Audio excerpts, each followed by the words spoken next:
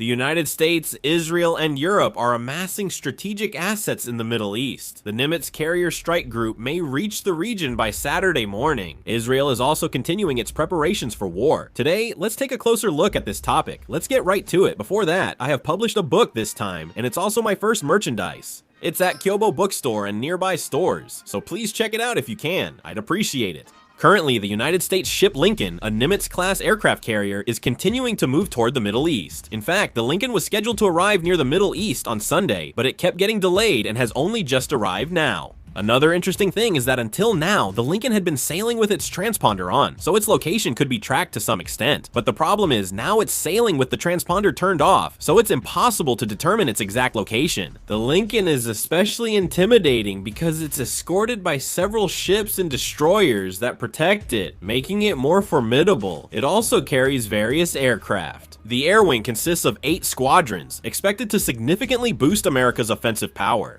Many fighter jets are being sent to the Middle East, including FCBE fighters and KCL SMO refueling aircraft. These American jets, previously based in the United Kingdom, have now moved to Jordan. If Iran launches a preemptive or retaliatory attack on Israel or United States assets in the region, the FCBE is expected to play a key defensive role. These FCBE fighters are expected to play a key role, mainly defending against Iran's drone or cruise missile attacks.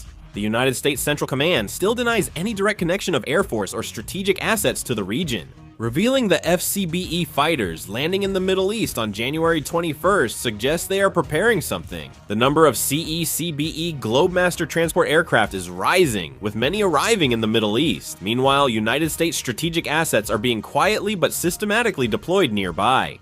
The main point is that forces ready for immediate action, not just monitoring, are being moved. Notably, the Patriot Air Defense System and Terminal High Altitude Area Defense, the Terminal High Altitude Area Defense System, are being deployed to various locations throughout the Middle East. All of these systems are strategic assets primarily tasked with intercepting ballistic missiles, and their deployment is typically based on the premise of a missile threat from a specific country. In particular, since the Terminal High Altitude Area Defense System is an asset that the United States operates in limited numbers, the very fact that this equipment has been moved is interpreted as a signal that the United States is taking the possibility of a high-intensity conflict in the Middle East very seriously. In addition, it has been observed that European countries are also quietly, but clearly, deploying their Air Force assets directly to the Middle East. Recent reports confirm that British Eurofighter Typhoon jets and Airbus KCII refueling planes have moved to the Middle East. Given the scale and timing, it's unlikely this is just a training deployment.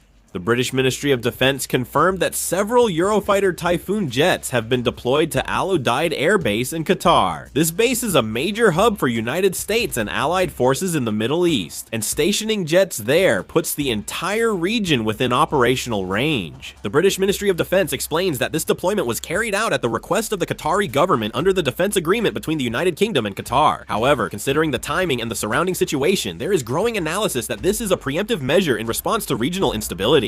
There are ongoing reports that France, Germany, and Italy have deployed transport aircraft to the Middle East. The movement of transport aircraft used to transfer troops, ammunition, spare parts, and air defense equipment suggests a focus on long-term operational sustainability.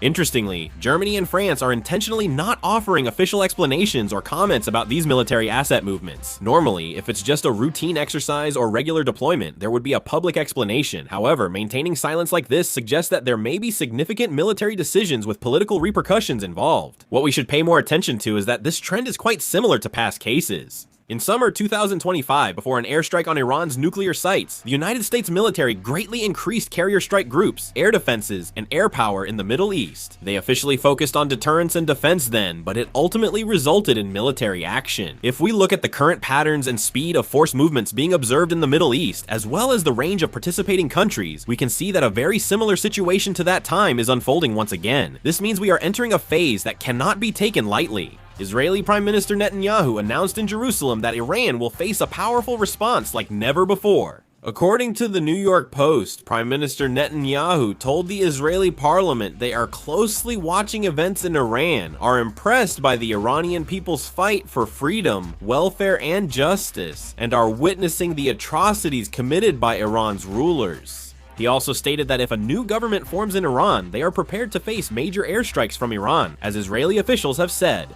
However, even as Israel and the United States are continuing their military preparations in a very systematic way, it is reported that there are also considerable voices of concern internally at the same time. Among them, the most critical issue being pointed out is the situation regarding Israel's interceptor missiles. Israel has previously used a large number of interceptor missiles, including the Iron Dome, during direct military clashes with Iran. At that time, they consumed a significant amount of these missiles in a short period to defend against the ballistic missiles, cruise missiles, and large numbers of drones launched by Iran. Even after that, ongoing Middle East tensions have kept Israel from restoring its interceptor missile stockpiles to original levels. According to some reports, the current number of interceptor missiles that Israel possesses is considered insufficient to sustain long-term defensive operations in the event of a large-scale missile attack. Iran's situation is unfolding very differently. Iran continues to run its missile factories despite sanctions and international pressure, regularly unveiling missiles with better range and accuracy. Iran can launch missile and drone attacks from its territory and through allied groups in the region, so if conflict erupts, Israel could be attacked from several directions at once, not just one front. If Israel suddenly launched a preemptive strike or major air raid against Iran, Iran would likely respond with an immediate retaliatory attack.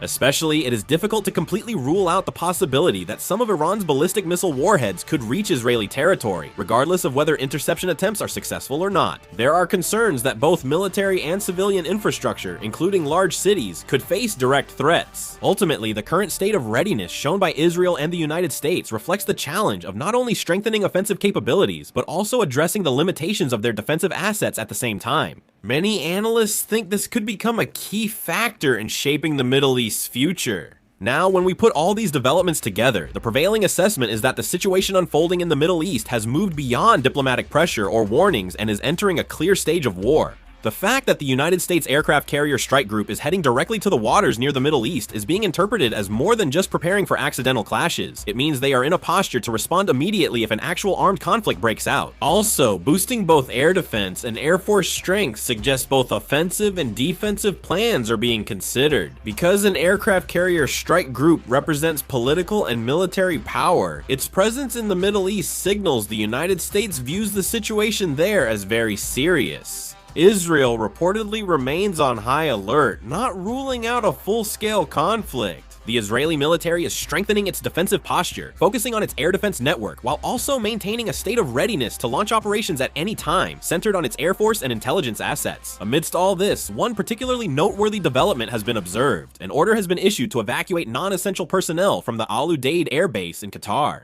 Al Udeid Air Base is a key operational hub for the United States military in the Middle East and plays a central role in Air Force operations. The decision to evacuate non-essential personnel from this base is being regarded as a highly unusual measure. This move is being interpreted as the United States military considering it highly likely that the base could become a target of an Iranian attack in the future, and as a measure intended to minimize casualties in case of an emergency. In other words, the United States military already considers it a realistic scenario that Iran could directly or indirectly strike United States bases, and it can be seen that they have entered a stage of preemptive response accordingly. In this context, a series of measures such as the direct deployment of aircraft carrier strike groups, the deployment of strategic assets, the strengthening of air defense systems, and the evacuation of non-essential personnel may each appear defensive when viewed separately. However, when considered together, they clearly show that preparations based on the possibility of an armed conflict are progressing to a very concrete stage. In the end, the Middle East is no longer facing the question of whether a war could break out, but rather when and in what way tensions might explode, and it can be seen that each country has entered a phase of preparing for that possibility.